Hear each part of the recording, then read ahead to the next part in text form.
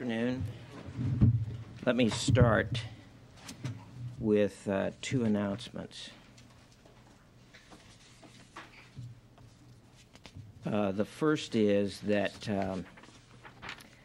the Director of Operational Tests and Evaluation is today releasing his 1998 annual report to the Congress and to the Secretary of Defense. This is a copy of it, but it's also on the Internet, which is, for many of you, maybe a little easier to get to. The report describes the operational and live firing testing performed on 160 military systems in 1998 and assesses the contribution each weapon systems makes to Joint Vision 2010, the conceptual framework for how U.S. forces will fight in the future. And we do have a few limited copies, hard copies, but I would encourage anybody who would like to look through this report to check the World Wide Web at www.dote.osd.mil. And the second thing I wanted to bring to your attention is that Secretary and Mrs. Cohen are hosting a special tribute to the men and women of the US Armed Forces at an evening performance on President's Day, next Monday, February 15th at 7 p.m. at Constitution Hall in Washington. The event is open to the news media. The tribute is entitled The Pentagon Pops, and it will feature a highly talented group of military musicians and vocalists from all four of the military service bands. Also appearing will be country and western vocalist David Ball and pop singer Peebo Bryson. There is a Blue Top release on this event with more information.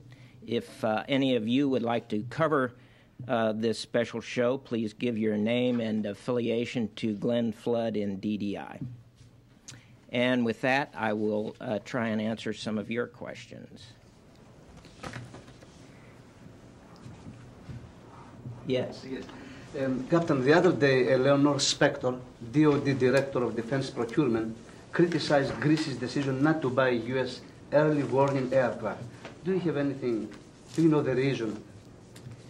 As I understand it, Ms. Spector wrote to the Greek Director General Armaments Directorate to ask specific questions about Greece's procurement process for selecting an airborne early warning system. She is concerned about that the decision-making process was not consistent with the Defense Industrial Cooperation Agreement between the government of the United States of America and the government of the Hellenic Republic.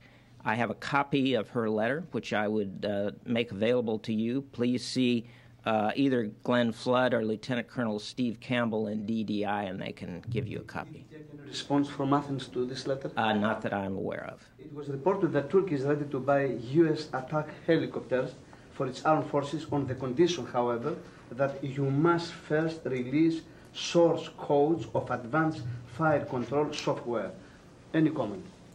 It's my understanding that Turkey has not yet made a decision on which helicopter it would like to purchase, and at this point it would be premature to talk about what will be released. The Foreign Minister and President-to-be of the so-called New Cyprus, Yanakis Kassoulidis, is going to have meetings here at the Pentagon sometime next week regarding the demilitarization of the Republic of Cyprus during his special visit to Washington, D.C. Do you have anything on that? I am aware of a visit, but he is not going to be here at the Pentagon as far as I know. And the last, could you please comment on reports that you are planning to deploy U.S. troops in Cyprus on the neutral zone, separating totally 10,000 Greek and Turkish soldiers under NATO umbrella in a confederated Republic of Cyprus? The United States has no plans to deploy U.S. troops to Cyprus. And actually under NATO initiative? We have no plans to deploy U.S. troops to Cyprus under any circumstances.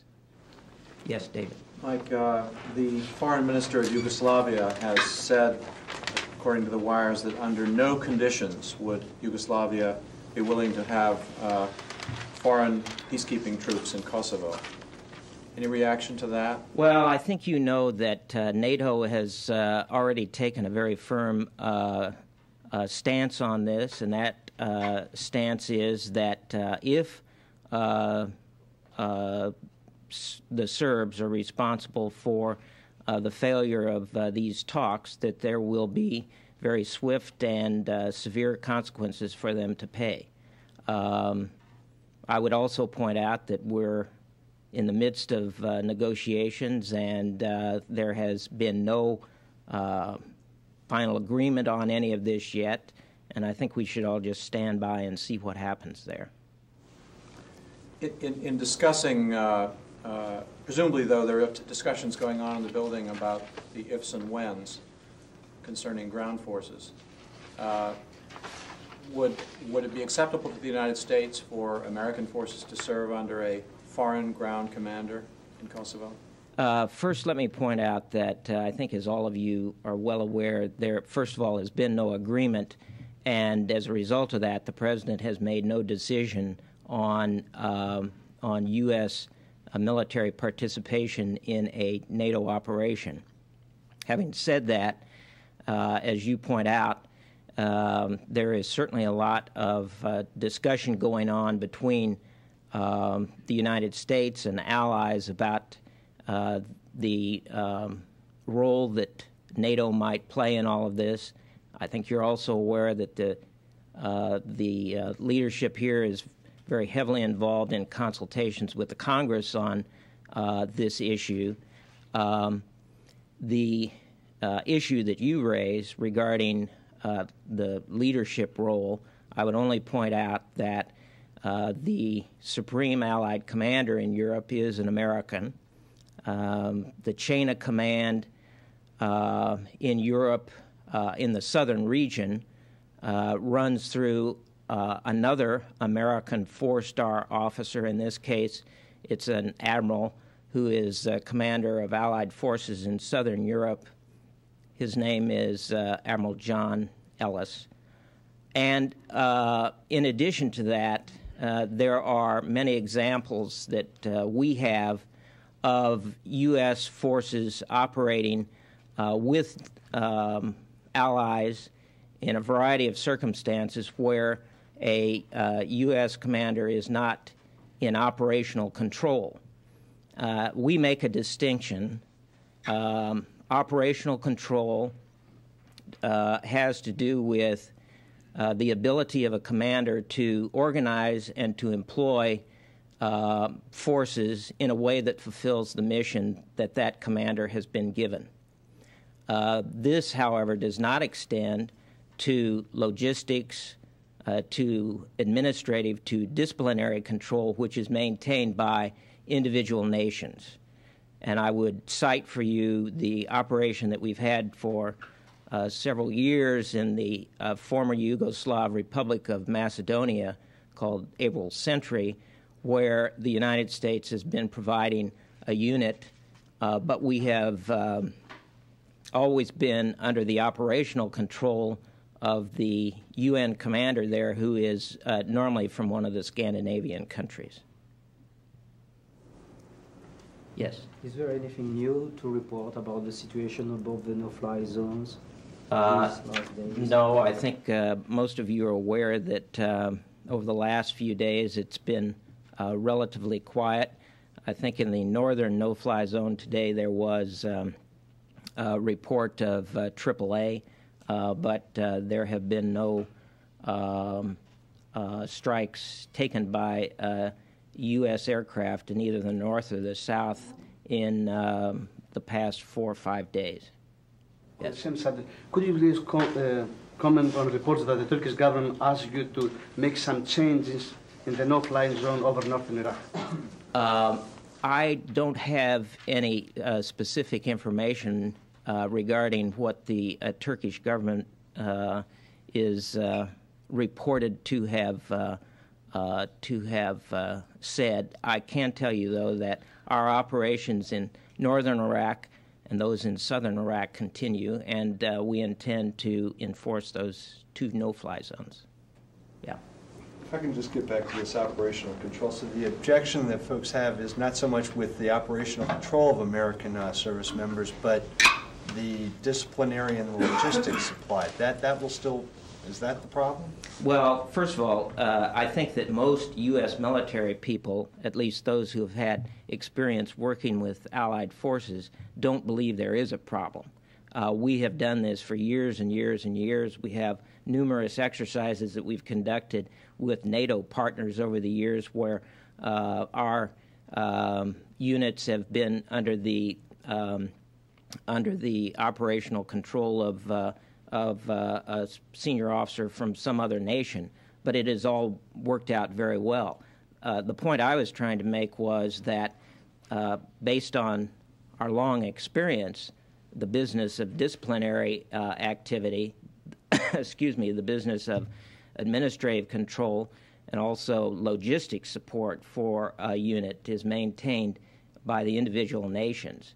And as I also think in this particular instance, it's important to point out, the United States is a full participant in NATO, both at the political and the military levels.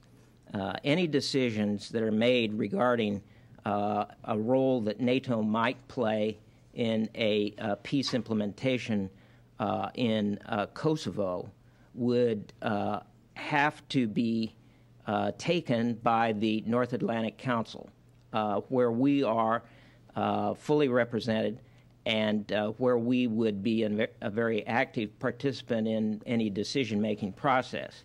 In addition to that, there is a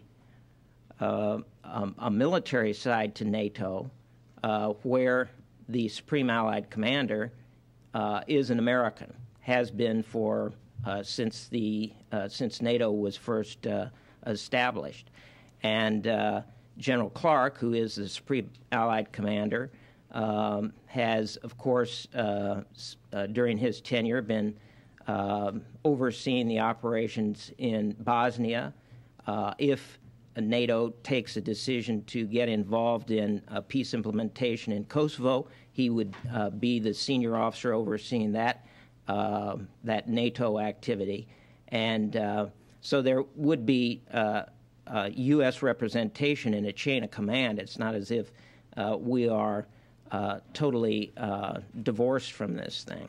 And as I say, most U.S. officers who have worked in any kind of situation in NATO have an appreciation for the fact that these things work out without any problems. Going back to World War I, the Marines and the Rock of the Marne Division, the 3rd Infantry, fought under French control. Why is this such a problem now? Well, I think that, as I say, excuse me, for the uniform side, it is not a problem. But I think the overall process that we go through anytime there is going to be an operation involving U.S. troops, there are issues raised and discussed in the public forums that we have, and this is just one of them that comes up from time to time. And certainly it's one that deserves an airing. Having said all that, I need to footnote all of this once again with the fact that, number one, we have no peace agreement. We have a whole list of requirements that the President outlined last week, and the President has made no decision on U.S. participation in the NATO operation should NATO elect to go that way. Yes. I'm not sure if you can answer this question at this point, but can we jump forward just for planning purposes to, let's say there is a peace agreement, and how long would this process take between the time the President decides to send troops or not and when they might be in Kosovo? I mean, will it be sort of a drawn-out thing where it might take a few weeks, or? I can't give you a definitive answer on that, mainly because at this point the full scope of what the military mission might be has not been nailed down. I should leave it there. I should not even speculate at this point on how long it would be before military people could get in there. Yes. It was reported in the European press that recently you reduced your forces in Bosnia. Do you know the exact number? I think we are presently at 6,000. Let me just see if I've got that. 6,900 right now. And it's going to continue to move down, and I think we'll be at 62 before we have come to the level that we have in mind. 6,200, right. Are there not also concerns in this building in the event that a peacekeeping force is sent to Kosovo about what kind of leverage such a force might have on the UCK, the Kosovo Liberation Army, given that they're a guerrilla force, and it's a little hard to see how you bomb them, it's a little hard to see how you pressure them? Well, I think that you raise a very important issue, but it's only one of many that military people are going to be concerned about. This falls under the overall kind of list of issues that U.S. military leaders would want to have addressed before they would feel comfortable with any kind of a military operation. And it wouldn't have to be just applied to the situation in Kosovo, but any kind of a military operation. Their military leaders are always looking for a very clearly defined mission with a command and control structure that makes sense and works. In this particular instance, what the President has outlined is what we call a permissive environment, which is essentially an environment where hostilities have ceased. And I think we're also looking for an environment where the factions that are warring have agreed that there is a desire on both sides for peace to occur and for peace to be implemented, and for some outside organization, like NATO in this case, to make that happen. And so all of those factors are playing a role in the thinking that is going on regarding this issue and in the discussions that we're having with our NATO allies.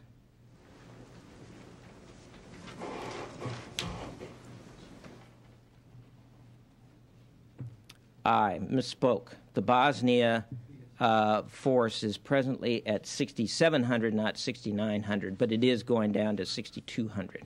What happened to those 2,000? 200. 200. Where'd they go?